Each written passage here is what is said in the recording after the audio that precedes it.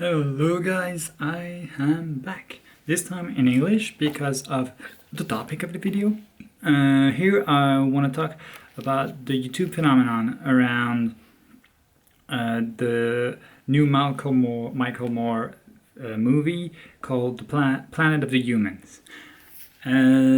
First I'm gonna give you my take on the movie, where I think it's positive, what I think is negative about it, and what I like and what I don't like basically about it. So the parts that I like and the topics that I like are, first, the fact that as the human race we need to reduce our impact on our environment, try to consume less, and change our ways of living based on that. Also comes with that the over involvement of massive corporations and billionaires into that process, and them wanting to change things but not too much, basically, because if there was too big of a shift it would impact them quite a bit. So those topics I've enjoyed, and they're definitely here.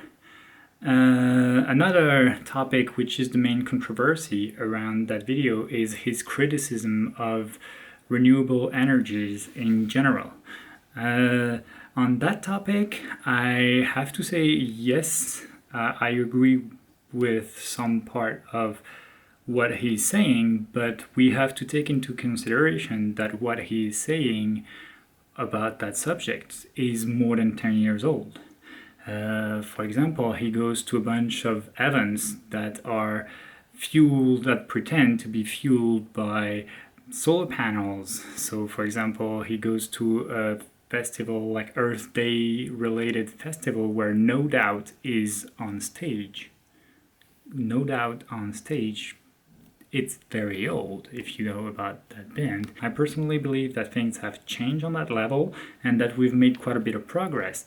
And back then, of course, it was not sustainable for itself, but it would appear that things have changed. Technology has evolved and might be part of the solution.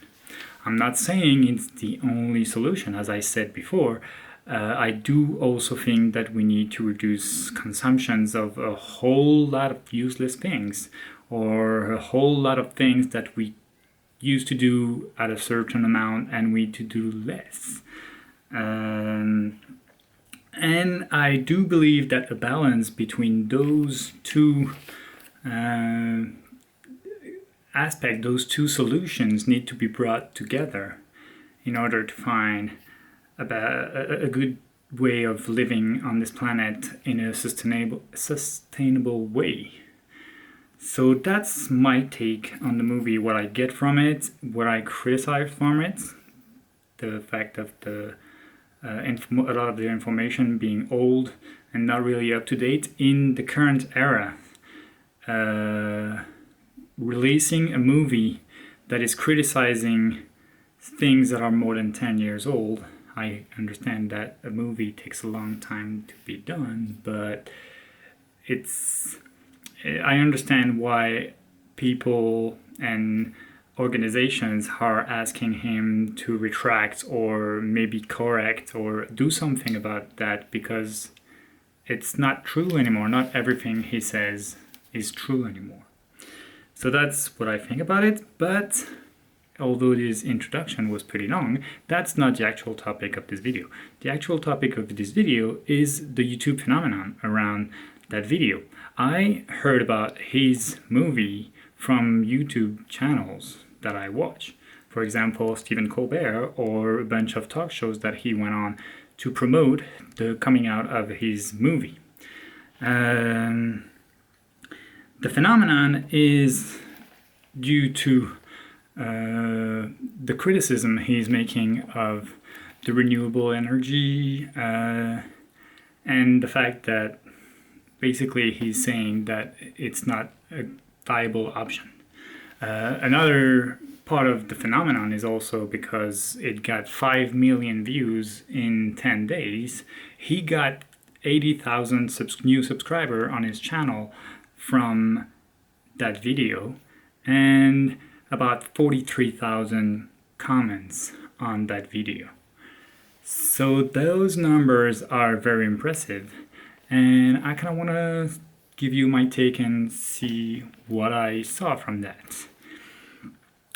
What started that process, what triggered me to want to talk about it, was after seeing the movie, I didn't feel great because it's quite a downer, and I didn't know whether I liked the video or didn't like the video, because there's some part of it that I enjoy and some that I don't. But in a general personal feeling, I didn't feel good. So I clicked the dislike button, which is not something I do often, but in this case I did. So when I went to click the dislike button, I realized that I was not able to see the numbers of likes and dislikes, and then not able to get a ratio from it, which is sometimes like, because you know, when I dislike a video, I want to be, am I the only one disliking that? It's probably not the case in this case, but I was wondering why they hid that information coming from Micheal Moore, and the fact that he is always like trying to get transparency and like getting information. I think it's an information that sometimes can help people, can, I don't know, can be useful. And I think he's a bit hypocritical of him to hide that information, because it is indeed him who hid that information, because it's a setting in your video in YouTube that you can do. Then, because of it, I posted a simple comment, which is why hide the like to dislike counters.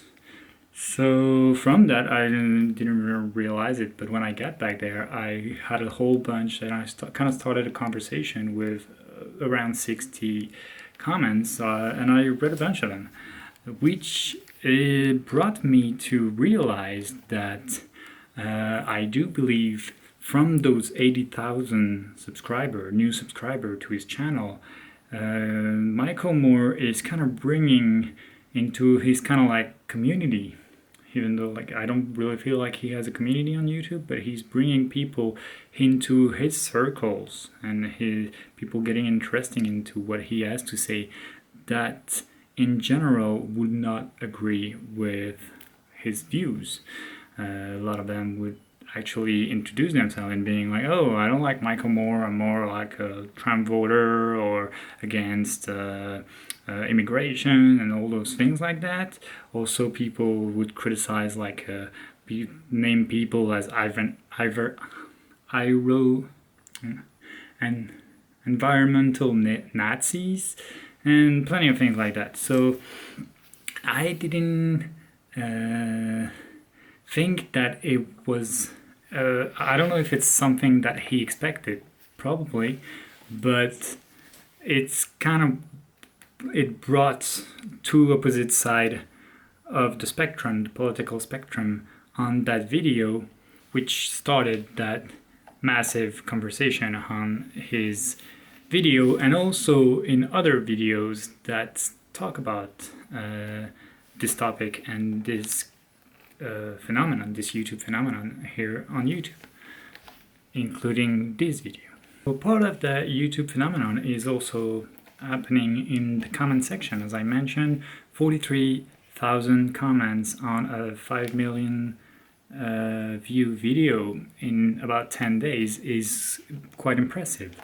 For example, I kind of search similar videos who are not too old to be accurate on the timeline, that gather similar numbers, and we got, for example, Joe Rogan, who can also be quite controversial. On a video where he does 4.5 million videos, he gets about 15,000 comments. Lily Singh, on a completely other topic, comedian gets for a 6 million video about 20,000 comments.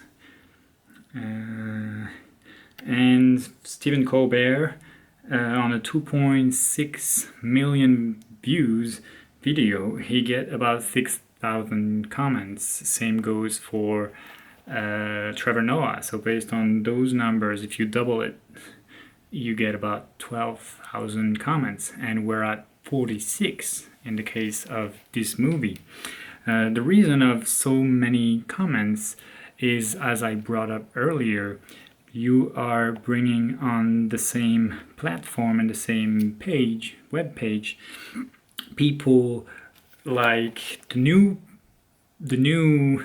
Micheal Moore followers that I mentioned before. There are people who are claiming themselves as Trump supporters, climate deniers, pro-conspiracy theory people, and other less right-wing that would be like more scientists that are into nuclear. You bring those people with the previous followers kind of the people that already liked Micheal Moore, and they're not on the same page. So that brings up lots of conversation, lots of comments, lots of reaction. So I think that's interesting as a phenomenon. So in conclusion, one thing that I want to say, which is like kind of funny part, but if you don't feel like feeling a bit depressed for a couple days, maybe wait until after the confinement to watch it, because right now might not be the perfect timing to watch that kind of thing. I know I didn't really appreciate how I felt afterwards. So the more serious part of my conclusion is basically two questions that I kind of ask you and that will be answered by the future. First one is, will Micheal Moore get along and keep those new followers, viewers of his that might actually not agree in the general politics of Micheal Moore? And also, was it worth it to bring those people into the conversation to make so many enemies? I think that Micheal Moore has pissed some people who have good values, and he's attacking some people in somewhat dishonest ways. So was it worth it? Okay, so that's about it for this video. I hope you enjoyed it, and see you next time.